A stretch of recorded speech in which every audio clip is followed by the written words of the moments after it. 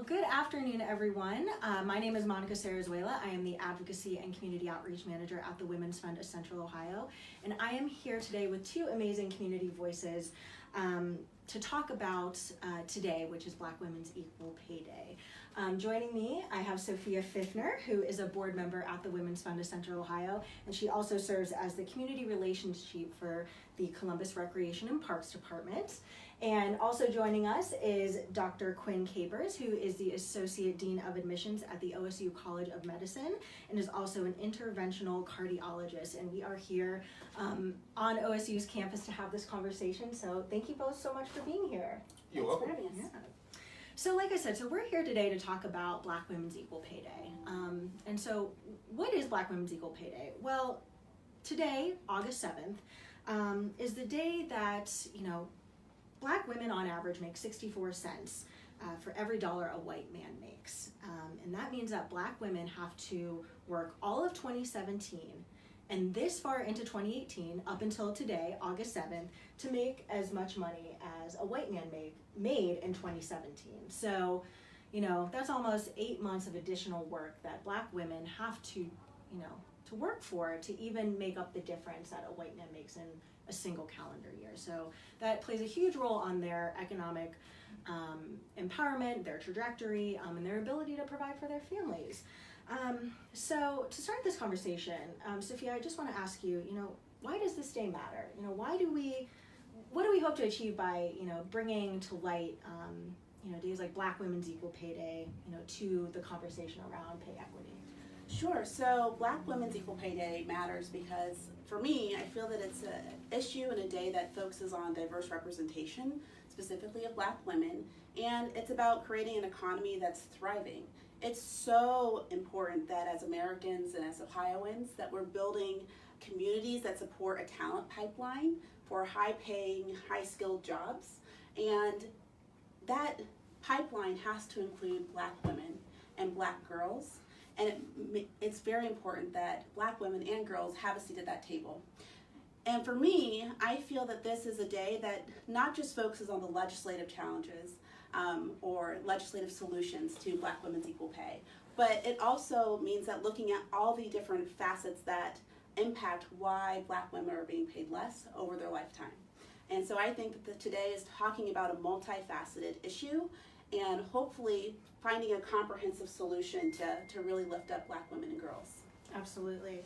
And, Dr. Capers, with your position here at the OSU College of Medicine, you work in admissions. Can you talk a little bit about the wage gap in the medical profession and how implicit bias may or may not play a role and kind of what you've been doing, in your role in admissions? Sure. So the way I think about it, this is an issue of justice. Fairness and what is fair and what is just. And since you mentioned my implicit bias work, I will tell you that I give a workshop where we talk about racial bias that is both implicit and explicit. And there's one study that I quote that looked at different actors playing the role of somebody having chest discomfort that was putting them at risk for a heart attack. And there were white men, white women, white men and women, Black men and women. And doctors looked at these actors playing the role of somebody having chest pain that could be a heart attack. And those doctors were asked, when would you refer this patient for the tests that will diagnose and treat blocked arteries? And so white males were first, white females were second, Black males were third, and bringing up the rear were Black females. So that actually parallels what we see in medicine, that Black females are less likely to get evidence-proven therapies. And it's just interesting that the same thing is true when you look at salaries in medicine.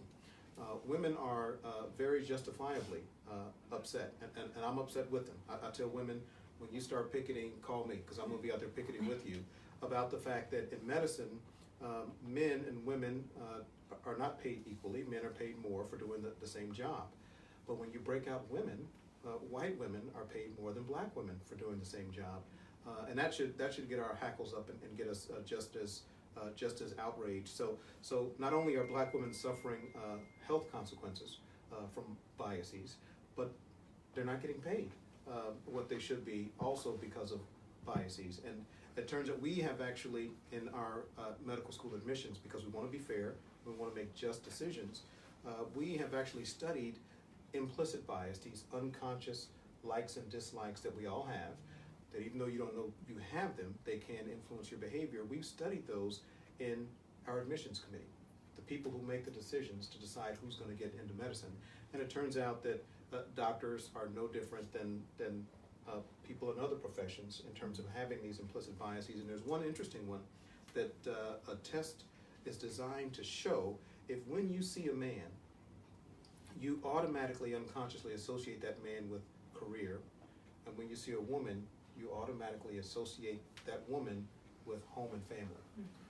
And it turns out many members of our admissions committee, despite how they feel consciously, when they see a man, they associate him with career, and when they see a woman, they associate her with home and family.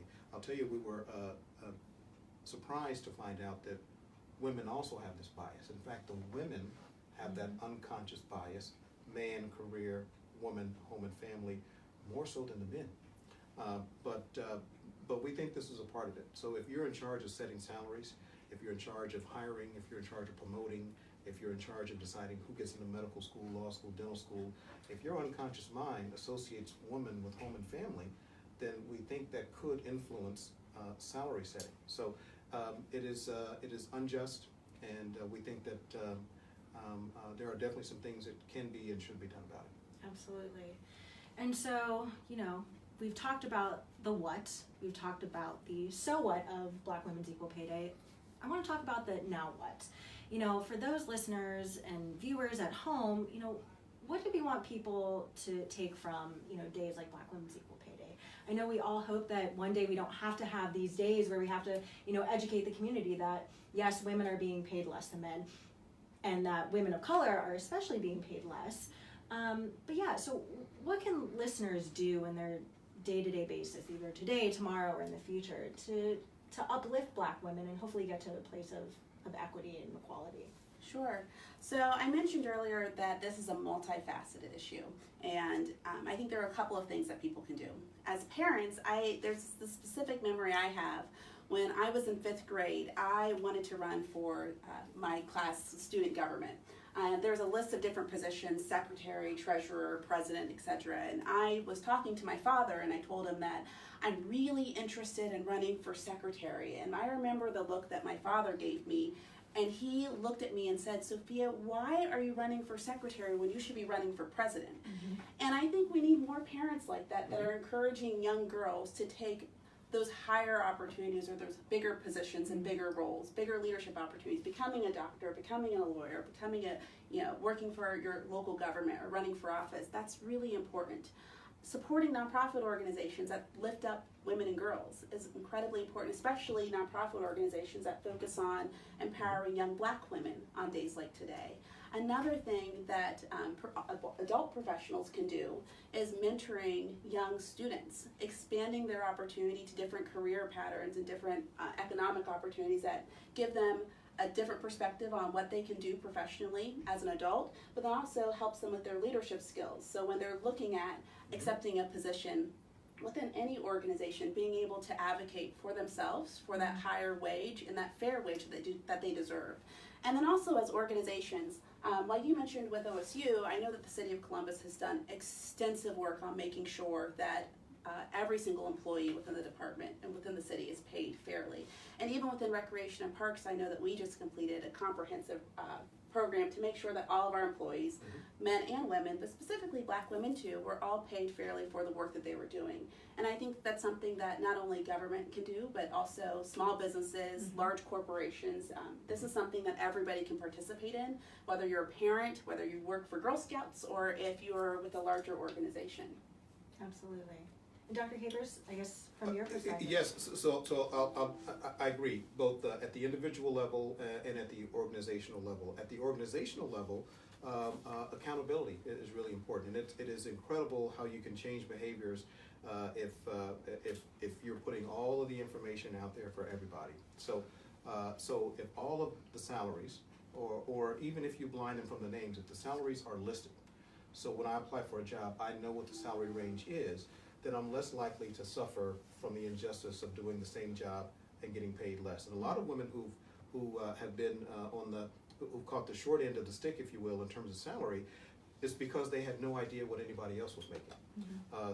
So organizations who are paying men and women can be transparent about their salaries with everybody coming in.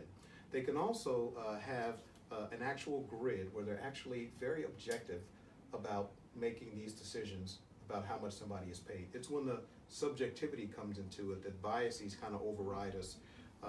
So if I have a salary range as the hiring manager, and then I have the ability to say, well, I'm going to give you a little bit more because you bring more value, but there's nothing objective about that. It's just a feeling that I have. That's when the injustices come into play. So being objective about setting salaries and being very transparent about the salaries at the organizational level. At the individual level, it turns out that that we can all override our unconscious biases. As I like to say, in a wrestling match between your conscious mind and your unconscious mind, your conscious mind will win every time.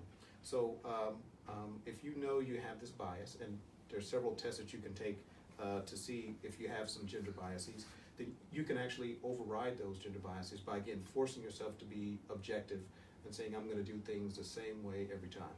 And that's what our admissions committee has done. And I'm proud to say on this day that this is the 5th year in a row where women outnumber men in our entering class in the medical school. That's amazing. Mm-hmm. Wonderful.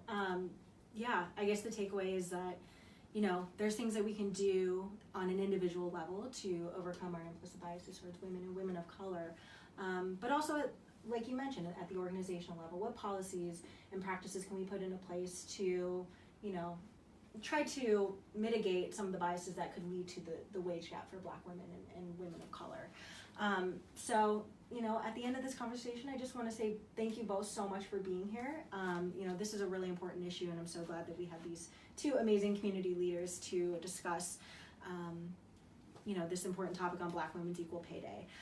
For listeners who want to learn more about the wage gap and how intersectionality, how we can look at the wage gap through an intersectional lens, we at the Women's Fund are having an event on Tuesday, September 25th from 8 to 9:30 in our office, really taking a dive into the numbers of looking at the wage gap here in our community in Central Ohio, and then talking about ways that we can, again, kind of adding to what we discussed today of, you know, how can we get to a place of equity.